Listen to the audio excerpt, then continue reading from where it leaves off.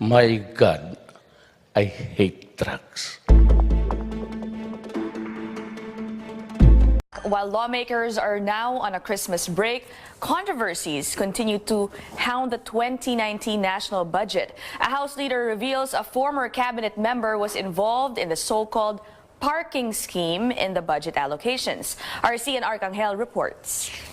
House Majority Leader Rolando Andaya says not one, but at least 6 mayors from the Bicol region have approached him to reveal how a former cabinet official, quote, parked around 1.5 billion pesos under infrastructure projects in the proposed 2019 national budget. He claims the mayors gave him information about the former cabinet official after news about the spike in the budget for flood control projects was reported. From 79 billion pesos in 2017, Andaya says the budget for flood control projects ballooned to 133 billion pesos this year. Parking is used to refer to the inclusion of a lump sum amount in a particular congressional district's budget. The amount, however, will be used for a different project or district. And they divulged to me that, for one, they were not the ones who asked for it. They were approached. Secondly, it is not their priority project. But just the same, sino ba naman tatanggi nga siguro sa ganung klaseng bagay. Andaya says the former cabinet official parked funds in at least 5 districts in the Bicol region since he needs funds for his 2019 election bid. He says he will reveal the former cabinet official's identity in due time. At this point in time, nag-advance information naman na hindi siya sasalita na, he will no longer talk. That's in anticipation of January 3, of course. 5 cabinet secretaries resigned in October to run for elective posts. Former presidential spokesperson Harry Roque, former special assistant to the President Bongo, and former presidential advisor on political affairs Francis Tolentino are running for senator, while ex-Foreign Affairs Secretary Alan Peter Cayetano is seeking a seat in Congress. Former Cabinet Secretary Leoncio Evasco Jr., meanwhile, is running for governor of Bohol. Andaya says the former cabinet official's alleged involvement in the so-called parking scheme doesn't mean Budget Secretary Benjamin Jokno is already off the hook. On the contrary, Andaya says Jokno has a lot more explaining to do. He approves each and every project. Public Works proposed it to him, and he approved it, each and every one. So let there be no mistake.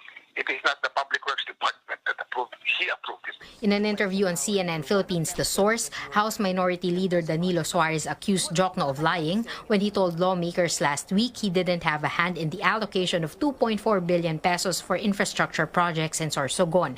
The province is the bailiwick of Vice Governor Esther Hamor and Kasiguran Mayor Edwin Hamor, the parents-in-law of Jokno's daughter. Na yung sinabi niya, he doesn't know, he's lying. He knows that. Well, he's lying so that, number one, mapapaboran yung kanyang dalawang kandidato na manalo. Pangalawa, kikita. Malaking kita.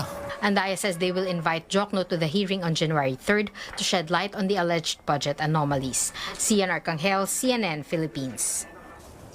In other news, no government work on January 2nd. Malacanang ordered the nationwide suspension to give employees full opportunity to celebrate the holidays. Work is also suspended on December 24, 25, 26, 31, and on January 1st. Messages of congratulations are still pouring in for Catriona Gray. That's after she won the country's 4th Miss Universe crown. Catriona beat over 90 other contestants from all over the world at the pageant in Bangkok, Thailand. On Instagram, Catriona's predecessor, Miss Universe 2017, Demi Lee Nell Peters, posted this photograph of her passing the crown, saying, quote, "Welcome to the sisterhood. May this year exceed all your expectations." Meantime, Miss Universe 2015, Pia Wurtzbach, posted this photograph of her sharing the stage with Catriona. Wurtzbach described Catriona as the girl on fire who started strong and captured hearts with grace, commitment, and fearlessness. She adds, quote, "You have made us all proud. Raise your flag." Catriona also received praises from government officials. Malacanang says Catriona, quote, "made the entire Philippines proud when she sashayed on the global stage and showcased the genuine qualities defining a Filipina beauty." Meantime, Vice President Leni Robredo tells Catriona that her victory has brought happiness to millions of households throughout our nation. Meantime, in a statement, Albay Representative Joey Salceda calls the Miss Universe truly an Albayana, adding the entire Albay is happy and proud of her achievements, as proud as she is of her roots. Bataan Representative Geraldine Roman says Catriona brought immense pride and honor to Filipinos all over the world, not only with her beauty, but also with her intelligence, integrity, and her heart for the poor. Senate President Tito Soto describes Catriona's pageant answer as superb. Soto adds the outstanding way she carried her gown was the final win.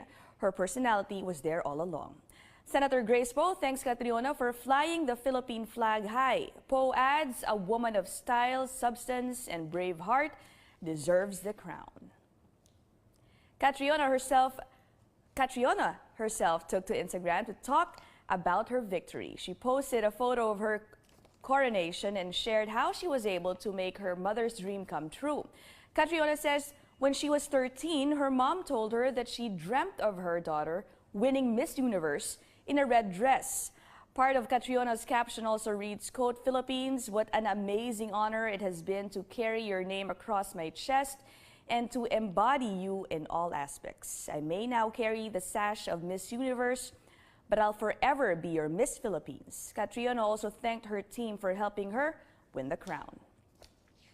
What made Catriona Gray stand out on the most beautiful day of the universe? We look back at how she won the country's 4th Miss Universe crown in this report from Pauline Versosa.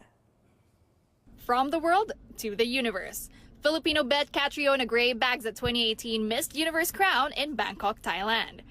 The 24-year-old stunner bested 93 other contestants as she displayed beauty, elegance, and compassion to bag the Philippines' 4th Miss Universe crown.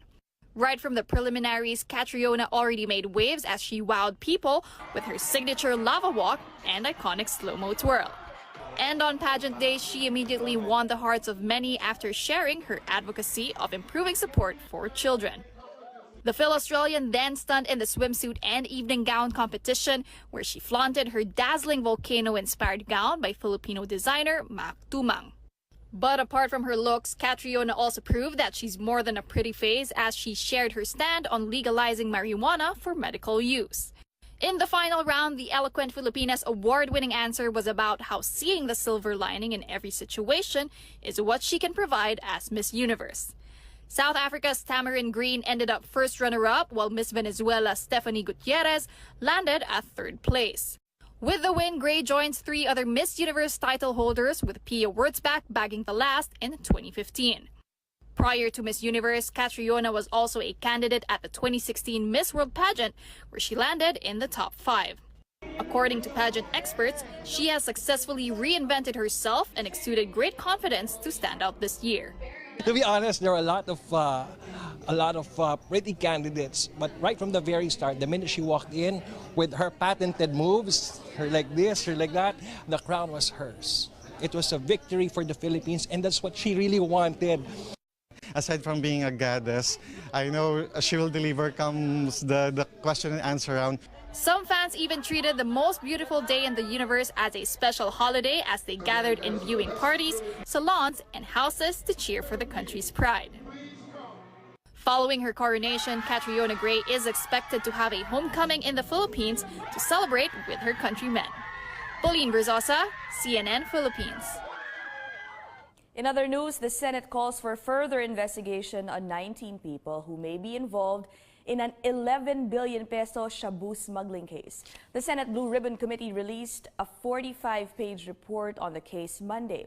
And among those named in the report are former Police Senior Superintendent Eduardo Asierto, former Philippine Drug Enforcement Agency Deputy Director for Administration Ismael Fajardo, and former Customs Intelligence Agent Jimmy Guban. The report said Asierto was the quote linchpin in the case. It also recommended witness protection for Guban for his quote vital cooperation in the investigation. Those named in the report are accused of violating Republic Act number 9165 or the Comprehensive Dangerous Drugs Act, among others. In August, 2 massive drug shipments, both worth billions of pesos, were smuggled into the Philippines in magnetic scrap lifters. Pidea says the drugs were smuggled into the country by a Taiwanese drug syndicate. CNN Philippines is trying to reach out to Senate Blue Ribbon Committee Chairman Richard Gordon. We'll try to give you his comments as soon as they're available.